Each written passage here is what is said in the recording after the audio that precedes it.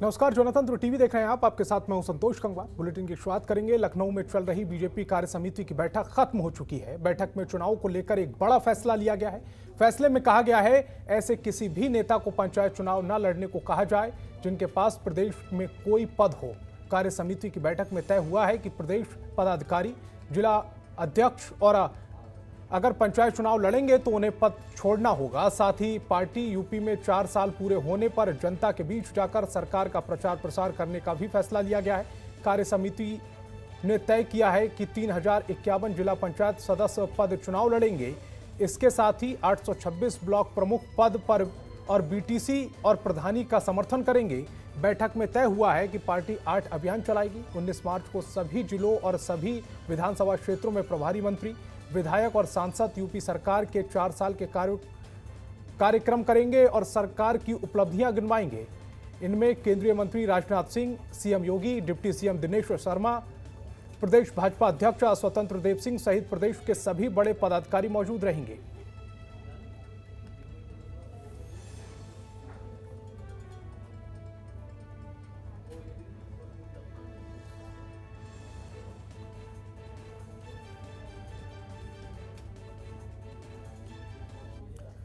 BJP कार्य समिति की बैठक में कई मुद्दों पर चर्चा हुई और पंचायत चुनाव की रूपरेखा खींची गई। कार्य समिति की बैठक के बाद बीजेपी के विधायक पंकज सिंह ने कहा है कि कार्य समिति की बैठक में सरकार की उपलब्धियों को घर घर तक पहुंचाने पर जोर दिया गया है। भाजपा कार्य समिति की बैठक पूरी हो चुकी है और इस बैठक में क्या कुछ रहा ये हम जानेंगे भारतीय जनता पार्टी के वरिष्ठ पदाधिकारी और विधायक पंकज सिंह से। पंकज जी, आज अलग अलग एजेंडे पे बात हुई, सरकार की उपलब्धियों पे बातचीत हुई, तो क्या कुछ रहा निकलकर निष्कर्ष में? हम देखिए, आज अपने वरिष्ठ नेताओं का मार्गदर्शन हम लोगों को मिला है। बहुत आगामी कार्यक्रमों की जानकारी हम लोगों को मिली है। पंचायत चुनाव से संबंधित जो भी दिशा निर्देश पार्टी नेतृत्व का था उसकी जानकारी कार्यकर्ताओं को मिली है। भाजपा का विचार, हमारा दर्शन, इन सब बातों पर रक्षा मंत्री जी ने चर्चा की है, मुख्यमंत्री जी ने उपलब्धियों पर चर्चा की है। तो बहुत सारी बातें निकल कर आई और इतने वरिष्ठ नेताओं का जब मार्गदर्शन मिलता है तो स्वाभाविक रूप से कार्यकर्ता भी एक नई ऊर्जा से भर के और एक फ्रेश माइंड से एक बार फिर से नीचे उतरते हैं और नेतृत्व के द्वारा दिए गए निर्देश का अक्षरशः पालन करने के लिए पूरी ताकत के साथ एक बार फिर से लगते हैं। बूथ और पन्ना प्रमुखों की बातचीत की गई, तो कितना मजबूती मिलेगी भारतीय जनता पार्टी को पंचायत चुनाव में, आने वाले विधानसभा चुनाव में? देखिए, हमारा तो संगठन का ढांचा बहुत मजबूत है और आज 1,63,000 बूथ हैं, में से 1,00,000 लगभग 55,000 बूथ तो हमारे गठित हैं। मतलब उसमें सदस्य भी बने हैं, उसमें पदाधिकारी भी हैं और अब उन बूथ समितियों के सदस्यों को एक एक पन्ना, मतलब एक एक वोटर लिस्ट के एक पेज की जिम्मेदारी भी हम उसमें देंगे। मतलब आप समझिए कि इस प्रदेश में, मैं सिर्फ ये तो पूरे देश में हम करेंगे, लेकिन मैं फिलहाल इसको उत्तर प्रदेश के परिप्रेक्ष्य में अगर कहूं तो हमारा उत्तर प्रदेश का एक कार्यकर्ता ऐसे 10-12 परिवारों के साथ लगातार संपर्क में रहे। एक ऐसी योजना के साथ हम सब लोग चल रहे हैं ताकि एक सरकार की योजनाओं की जानकारी भी मिले, लाभ भी मिले और सरकार और जनता का जो फीडबैक है वो भी संगठन और सरकार को मिले। एक इस तरीके की व्यवस्था हम सब लोग कर रहे हैं। कुल मिलाकर पंकज सिंह ने साफ कर दिया है कि जो एजेंडा था वो रख दिया गया है और सरकार किस तरीके से घर घर तक जाएगी, सरकार की उपलब्धियों को गिनाएगी और सारे जो एजेंडे वो भारतीय जनता पार्टी के इस कदर रखे जाएंगे ताकि आने वाले पंचायत चुनाव और विधानसभा चुनाव में इसका लाभ भारतीय जनता पार्टी को मिले। कैमरामैन राहुल के साथ अवनीश कुमार, जनतन टीवी, लखनऊ। यूपी पंचायत चुनाव में सीटों पर आरक्षण व्यवस्था को लेकर हाईकोर्ट की लखनऊ बेंच ने अपना फैसला सुना दिया है। हाईकोर्ट ने कहा है कि साल 2015 को मूल वर्ष मानते हुए सीटों के आवंटन पर आरक्षण लागू किया जाए और ये प्रक्रिया 25 मार्च तक पूरी करने को कहा है। इसके पहले राज्य सरकार ने कहा कि वो साल 2015 को मूल वर्ष मानते हुए आरक्षण व्यवस्था लागू करने के लिए तैयार हैं। इस पर न्यायमूर्ति ऋतुराज अवस्थी और न्यायमूर्ति मनीष माथुर की खंडपीठ ने 25 मई तक त्रिस्तरीय पंचायत चुनाव संपन्न कराने के आदेश पारित किए हैं। आपको बता दें कि हाईकोर्ट की लखनऊ बेंच में 11 फरवरी 2021 के शासनादेश को चुनौती दी गई थी। याचिका में कहा गया कि पंचायत चुनाव में आरक्षण लागू किए जाने संबंधित नियमावली के नियम 4 के तहत जिला पंचायत, क्षेत्र पंचायत और ग्राम पंचायत की सीटों पर आरक्षण लागू किया जाता है। कहा गया कि आरक्षण लागू किए जाने के संबंध में साल 1995 को मूल साल मानते हुए 1995, 2000, 2005 और 2010 के चुनाव संपन्न कराए गए।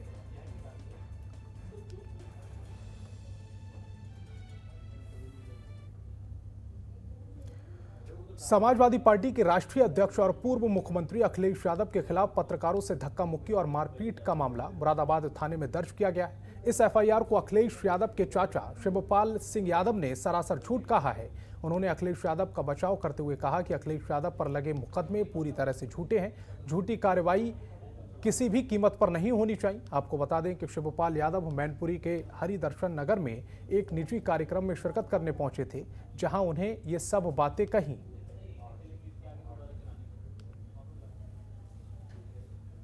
किसानों के बताओ जमीन भी कॉन्ट्रैक्ट फार्मिंग होगी, कॉन्ट्रैक्ट फार्मिंग होगी, फिर पूंजीपतियों के हाथों में खेती भी चली जाएगी। किसानों के बताओ जमीन भी कॉन्ट्रैक्ट फार्मिंग होगी, कॉन्ट्रैक्ट फार्मिंग होगी, फिर पूंजीपतियों के हाथों में खेती भी चली जाएगी।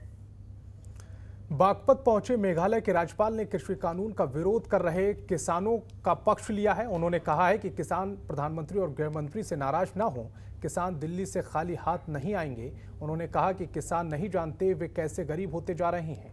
मेघालय के राज्यपाल सत्यपाल मलिक रविवार को बागपत के अमीनगर सराय स्थित शीलचंद इंटर कॉलेज में आयोजित किए गए अभिनंदन समारोह में पहुंचे थे। कार्यक्रम में उन्होंने जनसभा को संबोधित किया और किसानों का पक्ष लिया।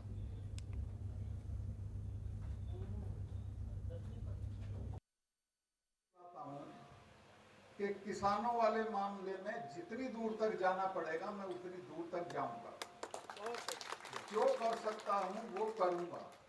और वो इसलिए नहीं कि कोई किसानों पे एहसान है, वो इसलिए कि मैं तो मेरे पिताजी का देहांत हो गया था, 2 साल का था। मैं खुद अपना चारा काट के लाता था, खुद घर पे आके उसे काटता था, खुद खेती लिखवाता था। मुझे किसान की तकलीफ का मालूम है और मुझे पूरी जो किसानों की इकोनॉमिक्स है उसका भी मालूम है।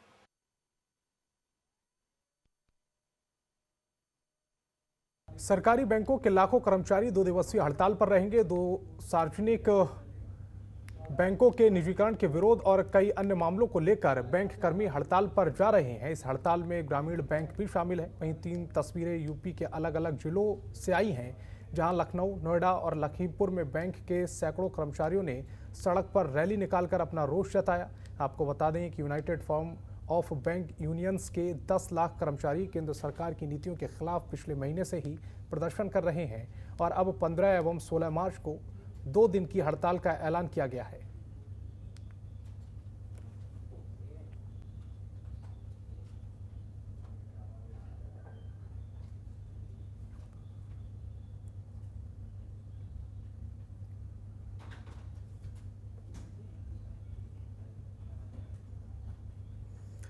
राज्यसभा सांसद जीवीएल नरसिम्हा राव आज डिस्ट्रिक्ट हॉस्पिटल गौतम बुद्ध नगर पहुंचे। इस दौरान राज्यसभा सांसद ने कोविड-19 वैक्सीनेशन कैंप का जायजा लिया। साथ ही जीवीएल नरसिम्हा राव ने लोगों से बातचीत की और उनका हालचाल जाना। आपको बता दें कि उनको किसी तरह की कोई परेशानी नहीं आ रही है। वैक्सीन लगवाने के दौरान नरसिम्हा राव ने अस्पताल परिसर का भी जायजा लिया और वैक्सीनेशन रूम में भी गए, जहां लोगों को वैक्सीन लगाई जा रही थी। सरकारी अस्पताल नोएडा की सुविधाओं को देखने के बाद जीवीएल नरसिम्हा राव ने कहा कि यहां अच्छी सुविधाएं हैं और लोगों को 15 से 20 मिनट में ही वैक्सीन लगा दी जा रही है। जीवीएल उत्तर प्रदेश से बीजेपी के राज्यसभा सांसद हैं और आज गौतम बुद्ध नगर डिस्ट्रिक्ट अस्पताल भी पहुंचे और उत्तर प्रदेश सरकार, केंद्र सरकार की जमकर तारीफ के साथ साथ कहा कि कोविड-19 के समय में सरकार ने बेहतर काम किया है और लोगों तक वैक्सीन पहुंचाई जा रही है। जल्द से जल्द देश के सभी नागरिकों को वैक्सीन लगा दी जाएगी।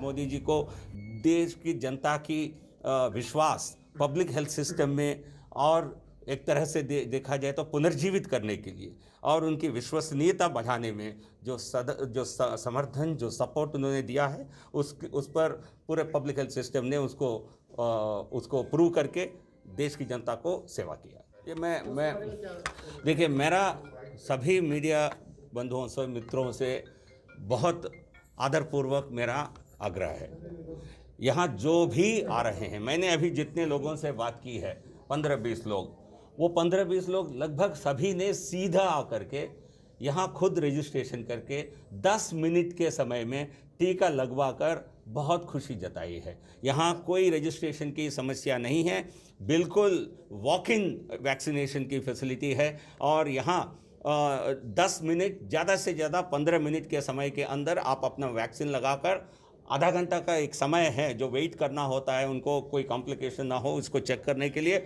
उसके बाद कोई तकलीफ नहीं है। तो मैं खासकर नोएडा के सभी उत्तर प्रदेश के और नोएडा के जो भी रेसिडेंट्स हैं, मैं आप सबको मैं एक निमंत्रण देता हूं, आप आइए, आप आकर के जल्दी जो 60 साल के ऊपर के हैं उन सब का टीकाकरण होना जरूरी है।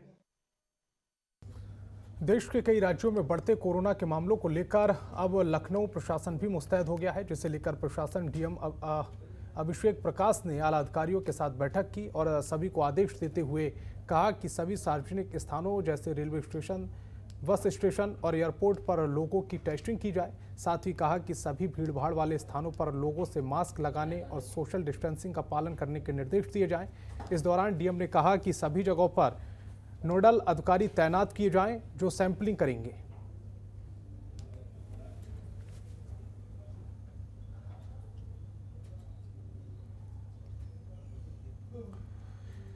खबर गोंडा से है, जहां त्रिस्तरीय पंचायत चुनाव को सकुशल निपटाने के लिए लगातार अपराधियों पर कार्रवाई की जा रही। चुनाव में खलल डालने वाले अपराधियों पर जिला बदर और गुंडा एक्ट सहित अन्य कार्रवाई करने में जुटी हुई है।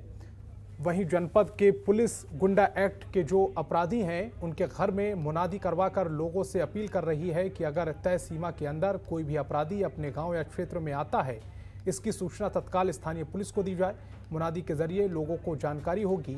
अपराधी को जिला बदर किया गया है और 6 महीने के अंदर अगर ये अपने गांव या सीमा के अंदर आएगा और स्थानीय लोग पुलिस को सूचना देंगे और पुलिस उस पर और कठोर कार्रवाई करेगी। पूरनपुर समुदाय केंद्र में बीजेपी के विधायक बाबू राम ने औचक निरीक्षण किया। इस दौरान लोगों ने लगाए गए कोविड टीकाकरण की जानकारी ली। विधायक ने बताया कि उन्हें कोविड वैक्सीन टीकाकरण में लापरवाही की शिकायत मिली है, जिसके बाद समुदाय केंद्र के प्रभारी प्रेम सिंह पर नाराज हो गए। उन्होंने जमकर फटकार लगाई। वहीं विधायक ने इसकी शिकायत सीएम से करने की बात कही।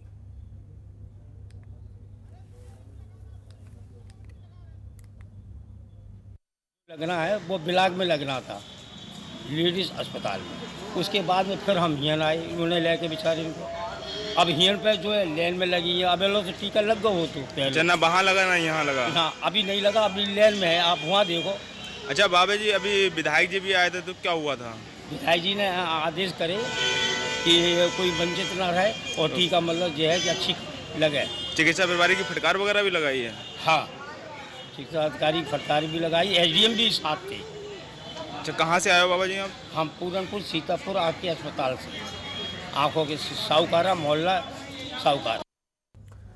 पीलीभीत में संयुक्त किसान मोर्चा के नेतृत्व में संयुक्त किसान मजदूर जागृति ट्रैक्टर रैली निकाली गई। यह रैली पूरनपुर नेशनल हाईवे 730 से निकाली गई, जिसमें बड़ी संख्या में किसानों ने कृषि कानून के विरोध में हुंकार भरी।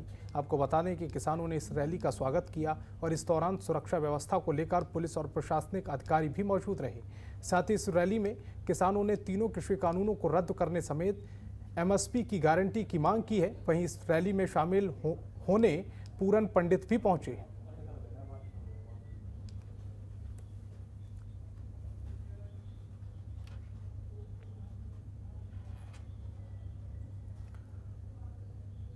खबर यूपी के पीलीभीत से है, जहां एक बार फिर से लव जिहाद का मामला सामने आया है। नाबालिग लड़की को बहला फुसलाकर तथाकथित समुदाय के 2 बच्चों का बाप भगा ले गया। पुलिस ने मामला दबाने की कोशिश की, जिसके बाद पीड़ित की मां ने जनतंत्र टीवी से गुहार लगाई, जिसके बाद खबर को प्रकाशित किया गया।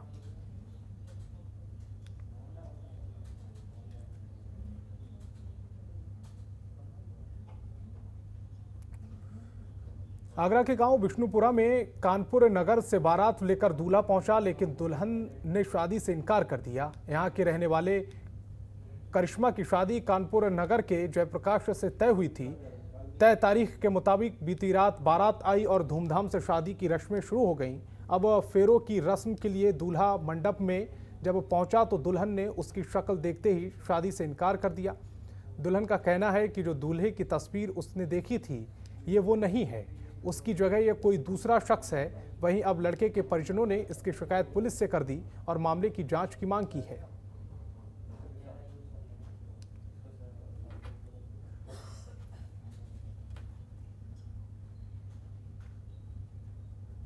तो लड़का बारात लेकर आगरा पहुंचा, वहां पर लड़की ने शादी करने से मना कर दिया। लड़की का कहना है कि उसने दूल्हे की जो तस्वीर देखी थी यह वो लड़का नहीं है। हालांकि बारात पक्ष की ओर से थाने में एफआईआर दर्ज कराई गई है।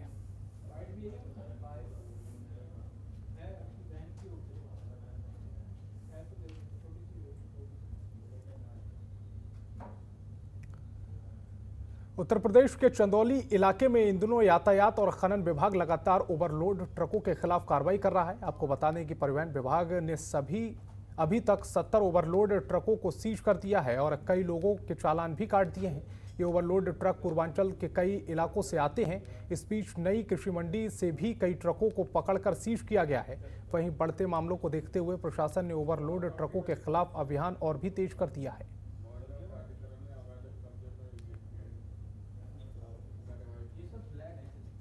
के खिलाफ जो है कार्रवाई कर रहे हैं और खनन विभाग अवैध बालू जो बिहार की तरफ से यहाँ पे आ रहा है और यहाँ से चंदौली होते हुए पूर्वांचल के विभिन्न जिलों में जाता है, इसको शासन ने गंभीरता से लेते हुए इस पर रोक लगाने के लिए हम लोग अराउंड द क्लॉक ड्यूटी लगाया, जिसमें पुलिस विभाग का सहयोग पूरा मिल रहा है और हम इस तरीके से कार्रवाई कर रहे हैं। ये सर कितने दिनों से कार्रवाई चल रही है?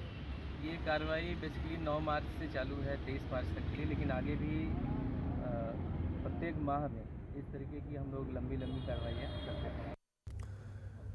आगरा का निगम प्रशासन अतिक्रमण के खिलाफ सख्त हो गया है। शहर के में लगते जाम की समस्या को लेकर कम से कम करने के लिए निगम प्रशासन ने कई दुकानों को हटवाया। तो वहीं प्रशासन का कहना है कि दुकानों को कई दिन पहले नोटिस देकर जमीन खाली करने को कहा गया था, लेकिन अब दुकानदार नहीं माने तो प्रशासन ने जेसीबी की मदद से दुकानों को हटा दिया।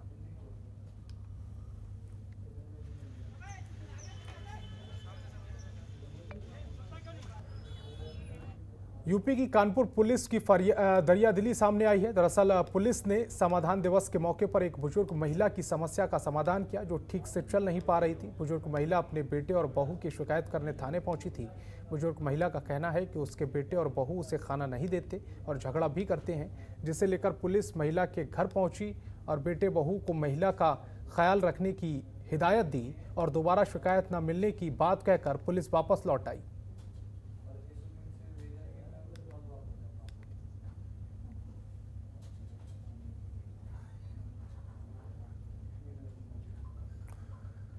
लखीमपुर खीरी के देवीपुर गांव में एक व्यक्ति ने अपनी 9 साल की बेटी के सामने पत्नी की कुल्हाड़ी से काटकर हत्या कर दी। बेटी की तहरीर पर रिपोर्ट दर्ज कर पुलिस ने हत्यारोपी को गिरफ्तार कर लिया है। बताया जा रहा है कि आरोपी नशेड़ी है और 3 दिन पहले ही आत्महत्या की कोशिश कर चुका है। आरोपी शराब के नशे में अक्सर अपनी पत्नी और बच्चों के साथ मारपीट करता था, जिस वजह से बच्चे अपने चाचा के पास सोते थे। लेकिन बीती रात उनकी 9 साल की बच्ची अपनी मां के पास सोई थी, तभी शराब के नशे में आरोपी ने अपनी पत्नी की कुल्हाड़ी से काटकर हत्या कर दी। बच्ची से किसी तरह से भागकर अपनी जान बचाई और चाचा को सूचना दी। परिजनों ने हत्या की सूचना पुलिस को दी। मौके पर पहुंची पुलिस ने शव को पोस्टमार्टम के लिए भेज दिया और आरोपी को गिरफ्तार कर लिया।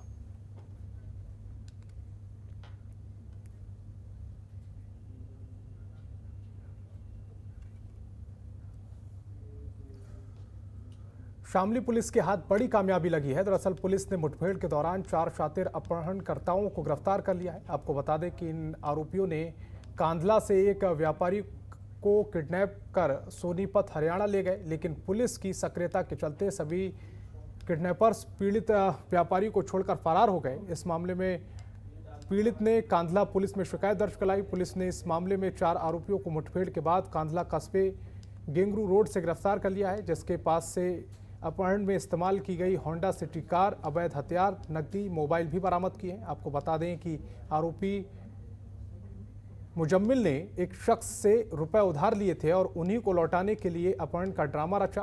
फिलहाल पुलिस ने पकड़े गए सभी बदमाशों के खिलाफ संबंधित धाराओं में मुकदमा दर्ज कर जेल भेज दिया है।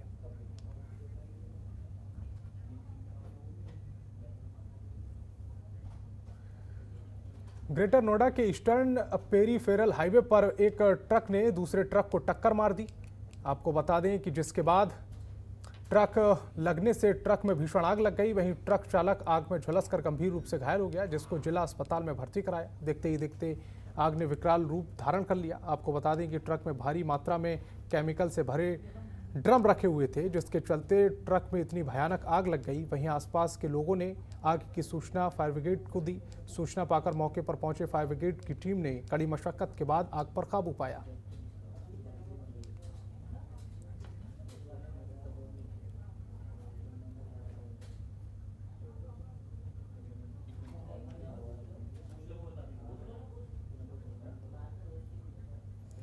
उन्नाव के मगरवाला चौकी के अंतर्गत एक पेट्रोल पंप में पेट्रोल की घटौती की बात पर पेट्रोल कर्मियों की ग्राहक से कहासुनी हो गई, जिसके बाद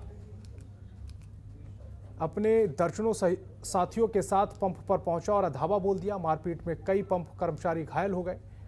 लोगों ने बताया कि आरोपियों ने पंप कर्मियों पर पेट्रोल पाइप निकालकर छिड़क दिया था। सूचना पर पीआरबी चौकी और कोतवाली पुलिस भी पहुंच गई, लेकिन अब तक आरोपित भाग निकले। हालांकि यह सारी वारदात पेट्रोल पंप पर लगे सीसीटीवी में कैद हो गई।